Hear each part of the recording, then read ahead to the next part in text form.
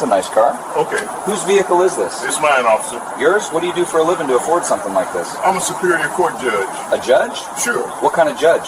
The kind sitting on the bench. County Superior Court. Would you like my name so you can look me up? I'm going to need to see some identifying. Body camera footage began rolling at 9:47 p.m. on a Friday night. What it captured would end up costing the city far more than anyone could have imagined. A black man in a business suit stood at pump number 7, fueling his cream-colored Bentley Continental, not realizing the next 30 minutes would rewrite his night. The officer approaching had a hand already on his belt, stride locked in, and a conclusion formed before he even got close. What he didn't know was the man holding that nozzle wasn't a thief, wasn't a dealer, and wasn't the type to swallow injustice and leave. He was Judge Alexander Bennett, and he had spent 20 years in courtrooms watching officers like this wreck lives with assumptions. Before we continue, where are you watching from? If this is your first time here, please hit that subscribe button. Stories like these need to be heard, and your subscription helps us keep bringing them to light. The gas station sat at the edge of the downtown district, one of those pricey spots where premium fuel ran nearly $1 more per gallon than stations 3 blocks away. Judge Bennett had stopped there because it was on his way home from a charity dinner. He had given a speech that night about justice and equality to a room full of lawyers and city officials. His tie was loosened, his jacket folded neatly in the passenger seat. He was tired, looking forward to getting home, maybe watching some television before bed. Normal thoughts, regular plans, the kind of evening that shouldn't end with lawyers and lawsuits and news cameras. Officer Kevin Strauss rolled his patrol car into the gas station lot at 9:46 p.m. His shift report later said he was conducting routine patrol of local businesses. The body camera showed something else. It showed him driving past 3 other people, pumping gas, 2 white men and a white woman, and heading straight for pump 7. It showed him sitting in his car for almost a full minute, just watching Judge Bennett through his windshield. It showed him running the Bentley's license plate through his computer. The plate came back clean, registered to Alexander Bennett with no issues. No warrants, no flags, nothing. He still stepped out of the car anyway. The first words out of Officer Strauss's mouth weren't captured clearly on the body camera because he was still too far away. But Judge Bennett would later testify about what he heard. The officer asked him whose car he was driving. Not good evening, not is everything okay. But whose car was he driving? Judge Bennett looked up from the pump, saw the uniform, saw the expression, and immediately understood what was happening. He had seen this moment play out in his courtroom dozens of times. Different people, different places, but always the same story. He knew exactly what this was. The judge answered politely. He said the car was his. He went back to watching the pump numbers climb. 87, 88 towers, 89. The tank was almost full. He just wanted to finish and leave, but Officer Strauss didn't move. He stood there about 6 feet away, his thumbs hooked into his belt. The body camera footage showed what happened next, with perfect clarity. Officer Strauss asked for identification. Judge Bennett, still holding the pump nozzle because the gas was still flowing, asked why he needed to show identification. He wasn't driving, he wasn't operating the vehicle, he was pumping gas on private property. Officer Strauss repeated his request, his voice getting harder.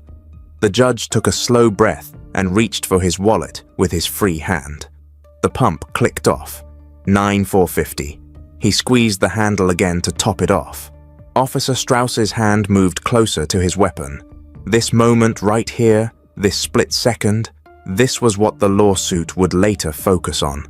A man holding a gas pump nozzle, reaching for his wallet like he'd been told to do, and an officer treating that movement like a threat. Judge Bennett pulled out his wallet slowly. He pulled out his driver's license. He held it out. Officer Strauss took it, looked at the judge, looked at the car, looked back at the license. The officer asked where he was coming from. The judge said a dinner downtown. The officer asked what kind of dinner. The judge said a charity event. The officer asked what kind of work he did. that he could afford a car like this. And there it was. Not even hidden, not even subtle, just straight up disbelief that a black man could legitimately own an expensive car. The body camera captured all of it. Every word, every tone, every implication. Judge Bennett finally put the gas nozzle back on the pump. He screwed his gas cap back on. He answered the question with 2 words. "I'm a judge." Officer Strauss gave a small laugh, not a big laugh, but it was there on the footage. A short, dismissive sound that said he didn't believe it.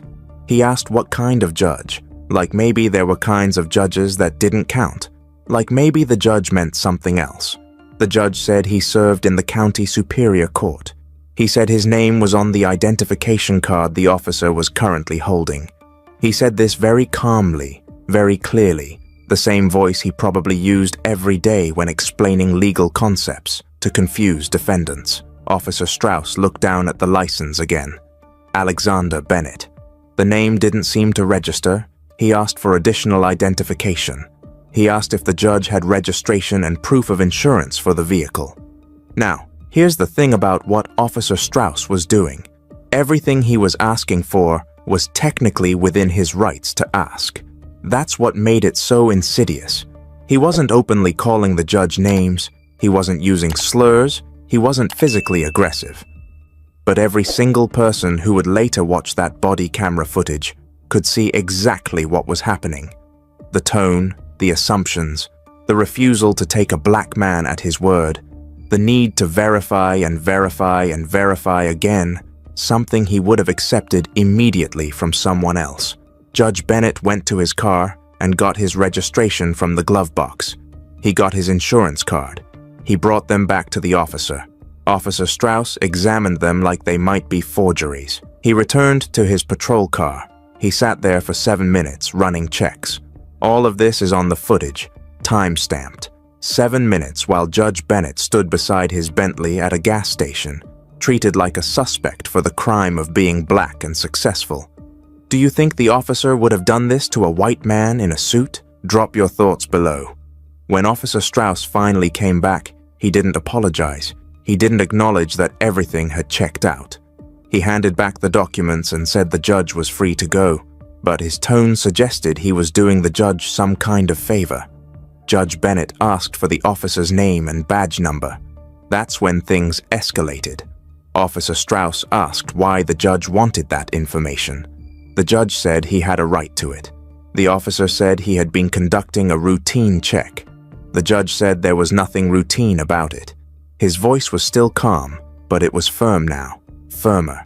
The voice of someone who had authority and knew how to use it. Officer Strauss didn't like that voice. You could see it on the footage, the way his posture changed, the way his jaw tightened. The officer said the judge was being uncooperative. Judge Bennett actually smiled at that. A tight smile with no humor in it. He pointed out that he had answered every question, provided every document requested, and was now simply asking for a name and badge number, which was his legal right. Officer Strauss stepped closer. He said if the judge didn't leave the property, he would be cited for loitering. Loitering? At a gas station where he had just purchased nearly $100 in fuel. Judge Bennett stood his ground. He repeated his request for the officer's name and badge number. Officer Strauss told him to step away from the vehicle. The judge asked why. The officer said he was conducting an investigation. The judge asked what he was investigating. The officer didn't answer. This went on for another 8 minutes. 8 minutes of circular conversation of the officer making barely veiled threats of the judge calmly standing his ground. Other customers came and went. Some noticed what was happening, some didn't. One person could be seen on the body camera footage taking out their phone to record. The gas station attendant stood inside behind his protective glass, watching but not interfering. Finally, Officer Strauss called for backup. He radioed that he had an uncooperative individual at the gas station who was refusing to comply with lawful orders. Judge Bennett stood there listening to this description of events that bore almost no resemblance to what was actually happening. The backup arrived 6 minutes later. 2 officers, both white, both approaching with their hands near their belts. Judge Bennett did something smart. Then he announced clearly that he was recording this on his phone. He held up his phone so they could all see it. He stated his name, his position, the date, the time, the location. He narrated what had happened so far. He did this all in that same calm, clear voice. The two new officers looked at each other. One of them looked at Officer Strauss. You could almost see the gears turning. Something wasn't adding up for them. The older of the two backup officers asked what the problem was. Officer Strauss started to explain, but Judge Bennett interrupted. He explained that he had stopped for gas, had been questioned without cause, had provided all requested documentation, had complied with all lawful requests, and was now being threatened with citation for loitering despite being a paying customer. He said all of this in one smooth statement, like he was summarizing facts for a jury. The older officer asked Officer Strauss if he had run the plates. Officer Strauss said yes. The older officer asked if they came back clean. Officer Strauss hesitated, then said yes. The older officer looked tired. He looked at Judge Bennett and asked if he was free to leave. Would he leave? Judge Bennett said he would leave once he received the name and badge number of Officer Strauss. The older officer sighed and provided the information himself. He also provided his own name and badge number without being asked. Judge Bennett thanked him, got in his Bentley, and drove away. The entire encounter had lasted 31 minutes. 31 minutes for a simple stop to get gas. The body camera footage ended with Officer Strauss arguing with the older officer, though the audio wasn't clear enough to make out the words. The lawsuit was filed 3 weeks later. Judge Alexander Bennett versus the city, Officer Kevin Strauss, and the police department. The filing was 47 pages long. It detailed every moment of that gas station encounter. It included screenshots from the body camera footage. It outlined a clear pattern of racial profiling and harassment. It demanded $15 million in damages. The city's initial response was to defend Officer Strauss. Their statement said he had been conducting routine checks and that the judge had been uncooperative. This was a mistake, a big mistake, because Judge Bennett wasn't just any plaintiff. He understood the legal system better than most of the lawyers the city would hire, and he had something most plaintiffs didn't have: complete credibility. He was a sitting judge. He had no criminal record. He had a spotless professional reputation. He was the worst possible person for this to have happened to from the city's perspective. The body camera footage was released to the media as part of the public court filings. It went viral in under 48 hours. Millions of views. News channels played it on loop. Legal experts analyzed every frame. Civil rights organizations rallied. The mayor held a press conference. The police chief held a press conference. Everyone had something to say. But the footage spoke for itself. You didn't need legal expertise to watch it and understand what had happened. Officer Strauss was placed on administrative leave pending an internal investigation. The investigation took 2 months. During those 2 months, more details came out. Like the fact that Officer Strauss had run the Bentley's plates before even getting out of his car, and they had come back clean. But he had proceeded with the stop anyway. Like the fact that he had passed 3 other people pumping gas to specifically approach Judge Bennett. Like the fact that his shift report didn't mention the incident at all until after the judge had filed his complaint. The internal investigation found that Officer Strauss had violated department policies regarding reasonable suspicion and appropriate interaction with citizens. He was suspended without pay for 30 days. Judge Bennett's lawyers called this a slap on the wrist. They pushed harder for the lawsuit. The city offered to settle for $500,000. The judge refused. They offered $1.2 million. He refused. They offered $3 million. He refused. Would you have taken $3 million? Type yes or no in the comments. Judge Bennett gave one interview during this period, just one. He sat down with a local news reporter and explained his position.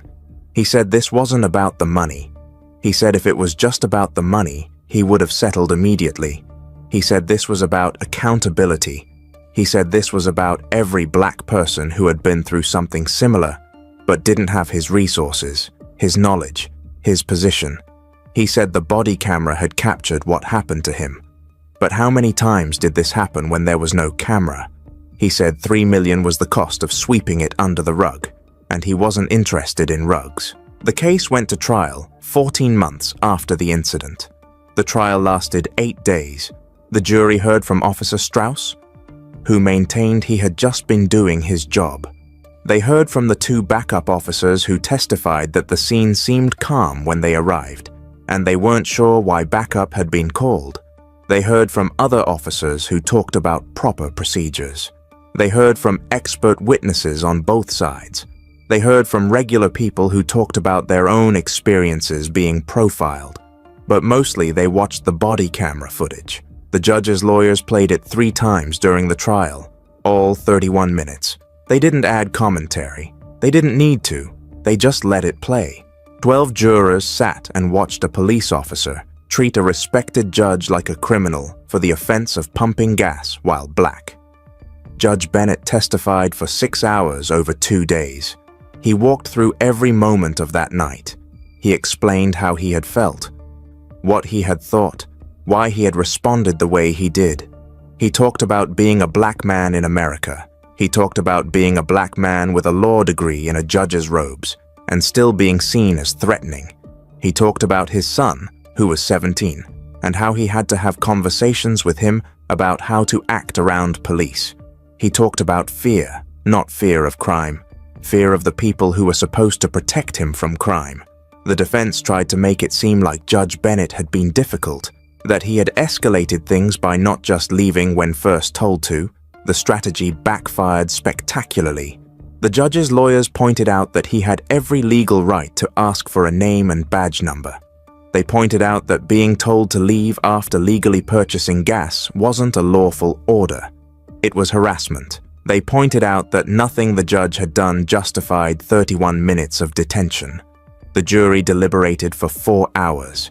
They came back with a verdict in favor of Judge Bennett: $15 million in damages, $5 million in compensatory damages for emotional distress, violation of civil rights, and unlawful detention, $10 million in punitive damages, specifically meant to punish the city and the police department, and send a message that this behavior would not be tolerated. The courtroom erupted when the verdict was read.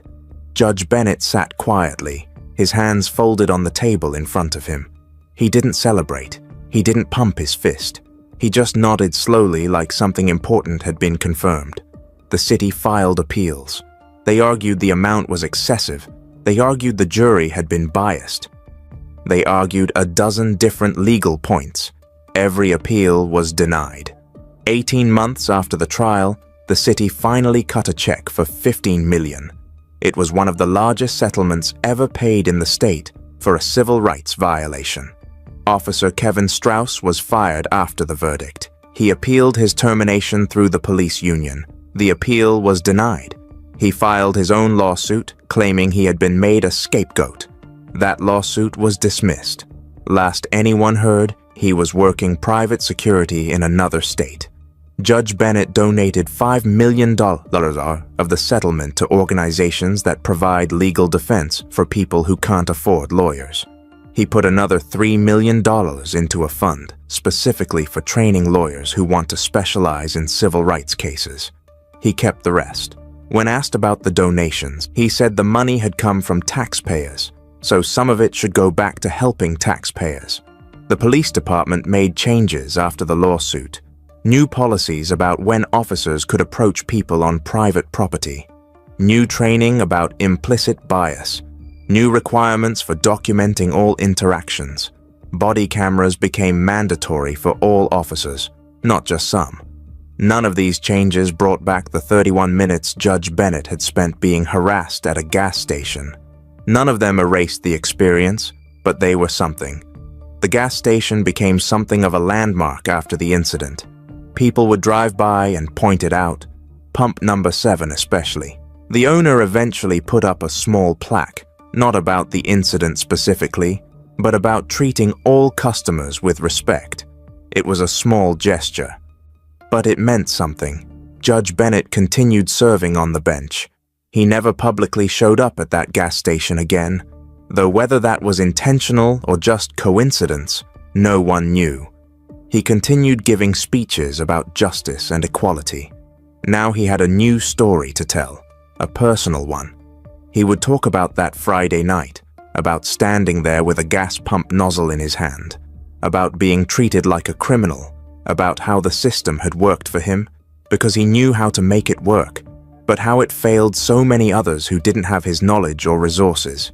The body camera footage is still online. You can still watch it. 31 minutes of footage that cost a city $15 million and cost one officer his career. 31 minutes that showed exactly what systemic racism looks like. Not burning crosses or shouted slurs, but assumptions and suspicions and the automatic belief that a black man with something nice must have gotten it illegally. People ask sometimes if Judge Bennett thinks 15 million was too much. He always gives the same answer. How much is dignity worth? How much is it worth to be able to pump gas without being harassed? How much is it worth to drive a car you worked hard for without being assumed to be a thief? How much is it worth to exist in public without being treated as suspicious? He says, if you can put a price on those things, then you can say whether $15 million was too much. Until then, he stands by the jury's decision. The incident happened on a Friday night at 9:47 p.m. One man, one officer, one gas station, one body camera, one lawsuit, $15 million. In a clear message that was sent not just to one police department, but to the whole country, there are consequences for treating people as guilty until proven innocent based solely on the color of their skin. Judge Alexander Bennett filled up his Bentley that night. It cost him $9,450 in gas. It cost Officer Strauss his career. It cost the city $15 million, and it reminded everyone watching that justice, when it works the way it's supposed to care about convenience or protecting reputations. It cares about what's right. The pump number 7 still works.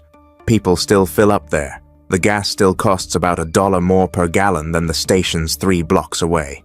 But everyone who stops there now knows the story. Everyone knows what happened. And maybe, just maybe, that awareness means it's less likely to happen again. Not impossible, just less likely. And sometimes in the slow work of change, less likely is the best you can hope for. That body camera footage, those 31 minutes, they matter. They matter because they showed the truth. They matter because they led to accountability. They matter because they gave a voice to an experience that happens every day to people who don't have the platform to fight back. Judge Bennett had that platform. He had the knowledge, the resources, the credibility, and he used all of it, not just for himself, but for everyone who had been in his position and had no way to fight back. $15 million, the number became a headline, a talking point, a symbol. But behind that number was a simple truth. A man should be able to pump gas without being treated like a criminal. That's not asking for special treatment. That's asking for basic human dignity. And on that Friday night at 9:47 p.m., that dignity was violated.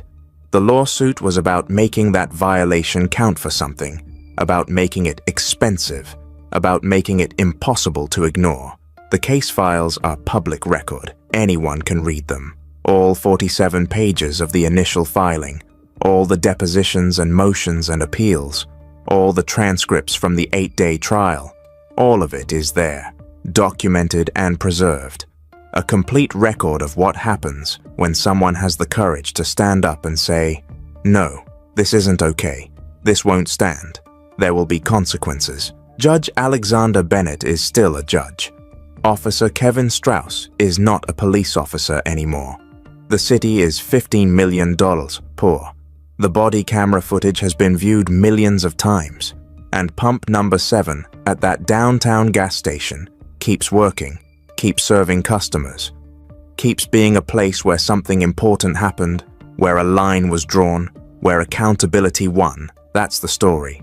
A Friday night, a gas station, a judge, a racist cop, a body camera, and 15 million that said some things cost more than money can measure. But money is the language the system understands. So $15 million it is. If this story opened your eyes to something, hit that like button and share it. These stories need to be told. Thanks for watching.